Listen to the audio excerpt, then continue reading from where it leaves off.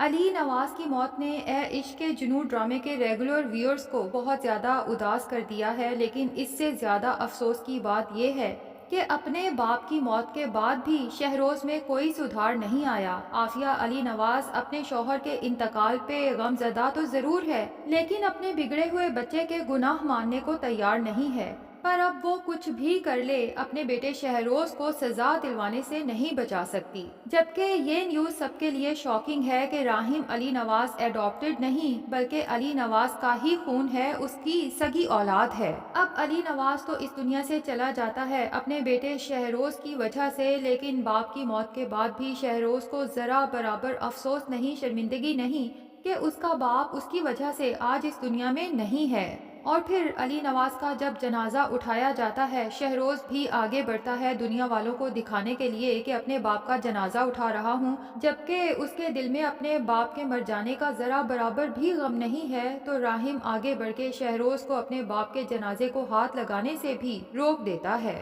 اور اسے وارن کر دیتا ہے کہ میں تمہیں اپنے باپ کے جنازے کے ارد گرد بھی نہ دیکھوں۔ اب شہروز کو اپنے باپ کا جنازہ پڑھانے سے بھی چونکہ روک دیا جاتا ہے، اور ویسے بھی اسے کون سا نماز جنازہ پڑھنی آتی ہوگی جس نے زندگی میں کبھی نماز تک نہیں پڑھی۔ بہرحال جب نماز جنازہ کے لیے سب لوگ کھڑے ہوتے ہیں تو راحم آگے بڑھ کے کہتا ہے کہ میں اپنے والد کا نماز جنازہ خود پڑھانا چاہتا ہوں اگر آپ لوگوں کی اجازت ہو تو۔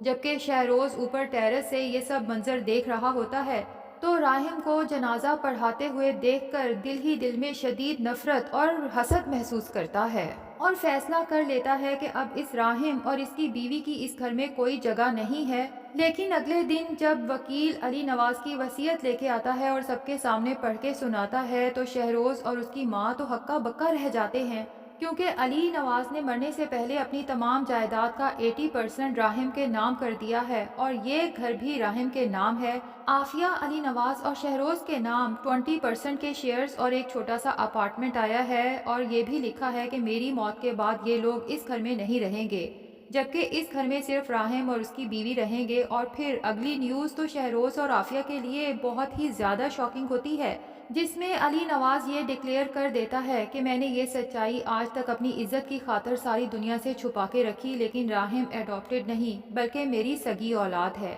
جس کے ثبوت کے طور پہ وکیل راحم اور علی نواز کے ڈی این اے ٹیسٹ کی کاپی عافیہ علی نواز کے سامنے کرتا ہے، اور علی نواز نے صاف لکھا ہے کہ اس 20% میں سے بھی شہروز کو تبھی ملیں گے جب وہ اپنے جرم کی سزا کاٹ کے واپس آئے گا ایک بہتر انسان بن کے۔ اب اتنے میں پولیس آتی ہے، شہروز کو اریسٹ کر کے لے جاتی ہے۔ شہروز عافیہ دونوں ہی راحم کی منت سماجت کرتے ہیں، لیکن اس دفعہ راحم کو کوئی رحم نہیں آتا، جبکہ عافیہ سوچ لیتی ہے کہ میں ہمیشہ کی طرح اس بار بھی اپنے بیٹے کو پروٹیکٹ کروں گی۔ سب سے پہلے تو ہمیشہ کی طرح اپنے بھائی فاروق سے کہتی ہے کہ اللہ کا واسطہ ہے بھائی میرے بیٹے کو بچا لو، لیکن فاروق اپنی بہن کو ہی سمجھاتا ہے کہ عافیہ کاش تم شہروز کو بہت پہلے یہ سزا کاٹنے دیتی تو وہ ایک بہتر انسان بن جاتا، لیکن اگر ابھی بھی تم اسے اس طرح سے باہر لے آؤ گی تو مجھے یہ ڈر ہے کہ شہروز اس سے بڑا مجرم بن کے تمہارے سامنے کھڑا ہوگا اور پھر تمہارے پاس پچھتاوے کے سوا کچھ بھی نہیں بچے گا، اس لیے میری بہن میں اس معاملے میں تمہاری مدد کرنے کے لیے اس دفعہ صاف انکار کر رہا ہوں۔ عافیہ بجائے اپنے بیٹے کا جرم سمجھنے کے اپنے بھائی سے ہی گلہ کرتی ہے کہ تم کیسے بھائی ہو، اپنی بہن کی تکلیف کو سمجھ نہیں رہے۔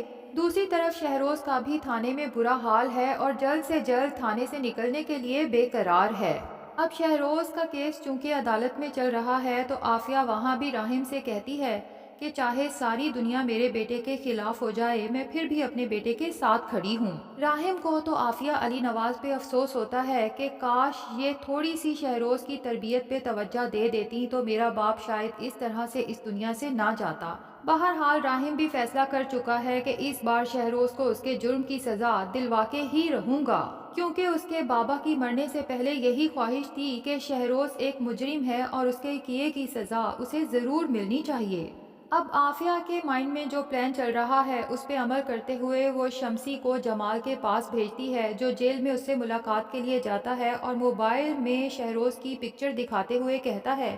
کہ تم نے اس لڑکے کو بچانا ہے۔ جمال شمسی کی بات نہیں مانتا کیونکہ پہلے بھی تو وہ جھوٹے بیان دے کے ہی جیل کی سلاخوں کے پیچھے سزا کاٹ رہا ہے، لیکن عافیہ کو پہلے سے ہی آئیڈیا تھا کہ ہو سکتا ہے جمال ماننے سے انکار کر دے، اس لیے پہلے ہی وہ جمال کی ماں کو کڈنیپ کر چکی ہے اور اس کی ویڈیو بھی شمسی کے پاس ہے جو وہ جمال کو دکھاتا ہے کہ دوسری صورت میں تمہاری ماں جان سے جا سکتی ہے۔ اب کیس کی پیشی ہوتی ہے تو راہم اور ایمن بھی وہاں پر موجود ہوتے ہیں۔ ایمن تو خاصی ڈر جاتی ہے لیکن راہم اسے تسلی دیتا ہے اور اسی دوران وہ شمسی کے پاس جاتا ہے، USB دکھاتے ہوئے کہتا ہے کہ اس میں تمہارے خلاف تمام ثبوت موجود ہیں اور یاد رکھو کہ ان ثبوتوں کی وجہ سے تم پھنس سکتے ہو اور تمہیں لمبی سزا ہو سکتی ہے۔ شمسی تو یہ سننے کے بعد سچ میں کافی گھبرا جاتا ہے۔ دوسری طرف چونکہ جمال کو کٹہرے میں کھڑا کیا جاتا ہے تو ہو سکتا ہے وہ صرف اپنی ماں کی وجہ سے کہ عافیہ نے اسے کڈنیپ کر رکھا ہے، نہ چاہتے ہوئے بھی شہروز کے حق میں گواہی دے دے کہ شہروز کا کوئی قصور نہیں ہے۔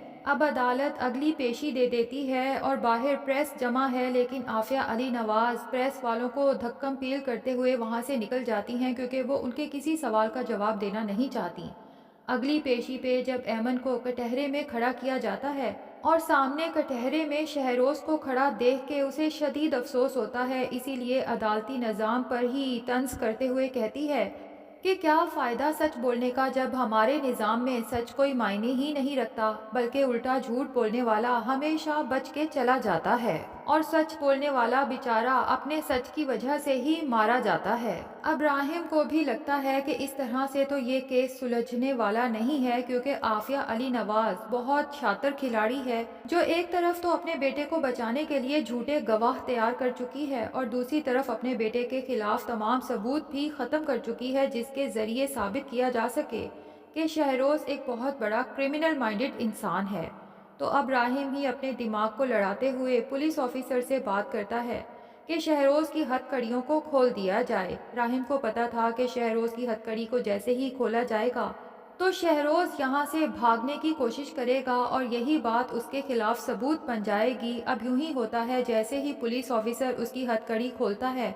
تو شہروز پولیس آفیسر کا ریوالور ہی راہم پہ اور پولیس والوں پہ تان لیتا ہے۔ اب سبھی لوگ کافی گھبرا جاتے ہیں کہ کہیں غصے میں شہروز گولی چلا ہی نہ دے کیونکہ اس سے کچھ بعید نہیں ہے، جبکہ سامنے کھڑی عافیہ علی نواز کافی گھبرا جاتی ہے جو کچھ شہروز کر رہا ہے کیونکہ وہ تو شہروز کو بچانے کے لیے ہر ممکن کوشش کر رہی تھی، لیکن اسے اندازہ ہو چکا ہے کہ شہروز کی اس حرکت کے بعد اسے بچانا عافیہ کے لیے ناممکن ہو جائے گا۔ اب شہروز جب وہاں سے بھاگنے لگے گا تو عافیہ آگے بڑھ کے شہروز کو روکے گی، اسے سمجھانے کی کوشش کرے گی کہ یہ سب مت کرو، اس طرح سے تو تم مجرم ثابت ہو جاؤ گے۔ لیکن ناظرین ہو سکتا ہے کہ اس بار شہروز اپنی ماں پہ ہی ریوالور تان لے جس کے بعد جا کے عافیہ کو احساس ہو کہ فاروق صحیح کہتا تھا کہ میں نے شہروز کی پرورش میں بہت بڑی غلطی کر دی اور اگر اب بھی اسے سزا نہ ملی تو وہ اس سے بڑا کرمنل بن کے باہر آئے گا۔ تو اس بار ہو سکتا ہے کہ عافیہ خود اپنے بیٹے کو سزا دلوائے۔